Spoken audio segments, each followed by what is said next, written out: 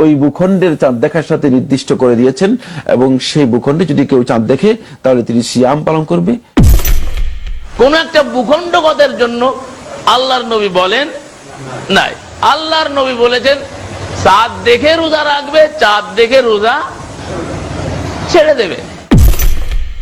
মূলত এই বিষয়ে বিতর্ক ছিল না, সবাই ওই চাঁদ দেখেই, ওই ভূখণ্ডের আলোকেই চাঁদ দেখেই তারা রোজা রাখতো এবং চাঁদ দেখেই তারা সিয়াম পালন করতো, কোনো ধরনের বিতর্ক ছিল না। আপনি খবর পাননি তাহলে 30 পুরা করেন, কিন্তু খবর আপনি পেয়ে গেলেন তাহলে আপনার কাছে নিশ্চিত আজকে রমজান মাসের 1 তারিখ, যদিও আপনি চাঁদ দেখতে পাননি। যে তোমরা কি করো, চাঁদ দেখে অথবা পৃথিবীর কোথাও সংবাদ পেলে সেই অনুযায়ী সিয়াম পালন করো। নাউজুবিল্লাহ, এটা নিজের মন গড়া অনুবাদ তৈরি করলেন। আল্লাহ রাসূল সাল্লাল্লাহু আলাইহি ওয়াসাল্লাম বলেননি পৃথিবীর কোথাও সংবাদ পেলে সেই অনুযায়ী করো। পৃথিবীর আকাশে যেদিন চন্দ্র উঠেছে সেদিন 1 তারিখ হবে, এটাই শরিয়াত। পৃথিবীর সমস্ত ভূখণ্ডে একসাথে কোথাও চাঁদ দেখা যাবে না, একসাথে কোথাও সূর্য দেখা যাবে না, এটা সমস্ত ওলামায়ে কেরামের ঐক্যমতে সাব্যস্ত হয়েছে। চাঁদ কোন অবস্থাতেই পৃথিবীর সর্বত্র একসাথে দেখা যাবে না। সুতরাং সুমুলি রুয়াতিহি, এই নির্দেশ একসাথে গোটা পৃথিবীর সমস্ত মানুষকে দেওয়া হয়েছে, এ কথা বলাটা সহি হবে কিনা? এটা একেবারে ব্যাকুল লোকের কথা, একেবারে বিবেকহীন লোকের কথা, কারণ এটা আদৌ সম্ভব নয়। শাওয়াল মাসের 1 তারিখ শুরু হয়ে গেল, আপনি শুনতে পারলেন সৌদি আরবে ঈদ হচ্ছে, মালয়েশিয়ায় ঈদ হচ্ছে, ইন্দোনেশিয়ায় ঈদ হচ্ছে। সৌদি আরবের সাথে আর সৌদি আরবের সাথে রোজা ঈদ করা নাজায়েজ। ইন্টারনেটে 5 মিনিটের ভিতরে সারা বিশ্বে খবর পৌঁছে যাচ্ছে, কি কথা ঠিক কিনা?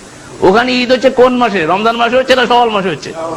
শাওয়ালের 1 তারিখ হইয়াছে বিধায় তারা কিন্তু ঈদ পালন করিতেছে, আর আপনি ঈদের দিনে রোজা রাখিতেছেন। ঈদের দিনে রোজা রাখা কি? যে চাঁদ দেখার খবর পেলেই সে যেখানে যেই অবস্থান করুক না কেন সে সেখান থেকে সিয়াম রাখবে বা সিয়াম বাদ দিবে, এই কথাটি শারঈ দৃষ্টিভঙ্গির উল্টা। মাস আপনি পাইলেন, খবর আপনি পাইলেন, নির্দিষ্ট খবর পাইলেন, বিশ্বাসযোগ্য খবর পাইলেন, কিন্তু আপনি দেখেন নাই বা আপনার ভূখণ্ডে দেখা হয় নাই, তাহলে আপনার কাছে এটা নিশ্চিত যে আরবি মাস কি, রমজান মাস কি হয়ে গেছে, শুরু হয়ে গেছে। কোরআন এবং সুন্নাহর আলোকে সারা বিশ্বে একই দিনে ঈদ করা যাবে না। তাহলে রমজানের 1 তারিখ যদি আপনার কাছে নির্দিষ্ট হয়ে যায়, আপনি খবর পেয়ে গেলেন অমুক জায়গায় চাঁদ দেখা গেছে, রাবেতা আলমুল ইসলামের যেটা লেটেস্ট তাদের মানে মিটিং এ সিদ্ধান্ত, এদিকে দাওয়াত দেওয়াই যাবে না কাউকে যে তোমরা আসো সবাই একসাথে রোজা ঈদ করি, কারণ এতে করে কি হবে, ইখতিলাফ বাড়বে। আমাদের কিছু লোক এরা বুঝতে পারতেছে না, না বোঝার কারণ এরা গড়বড় করছে। আমি দেখছি এবার এখান থেকে সৌদি আরব থেকে আমাদের ডিস্টেন্স কত? 3 ঘন্টা। এখান থেকে দক্ষিণ কোরিয়ার ডিস্টেন্স কতটুকু? বলার সঙ্গে সঙ্গে এক শ্রেণীর লোক তারা কিন্তু সঙ্গে সঙ্গে বলে ওঠে, তাহলে সৌদি আরবের থেকে তো 3 ঘন্টার 6 ঘন্টার 5 ঘন্টার ডিফারেন্স আছে, তারা আগে নামাজ পড়ে আমরা পরে নামাজ পড়ি, বলে না? একসাথে তামাম বিশ্বের রোজা ঈদ পালন, এই ফিতনাটা সর্বপ্রথম কাদিয়ানীরা চালু করেছে মুসলমানদের ইবাদত নষ্ট করার জন্য। পৃথিবীর যে কোনো প্রান্তে যদি চাঁদ দেখা যায় তাহলে চন্দ্র মাসের সেই দিন 1 তারিখ হয়। ভূগোল যদি তুমি জানতে তাহলে তুমি এই ফতোয়া দিতে না। কাদিয়ানীদের ভেজাল ট্যাবলেট খেয়ে মুসলমানদের ইবাদত নষ্ট করার জন্য ষড়যন্ত্র। পৃথিবীর যে কোনো প্রান্তে দেখা যাক সেই দিন 1 তারিখ, এটা তো নিশ্চিত।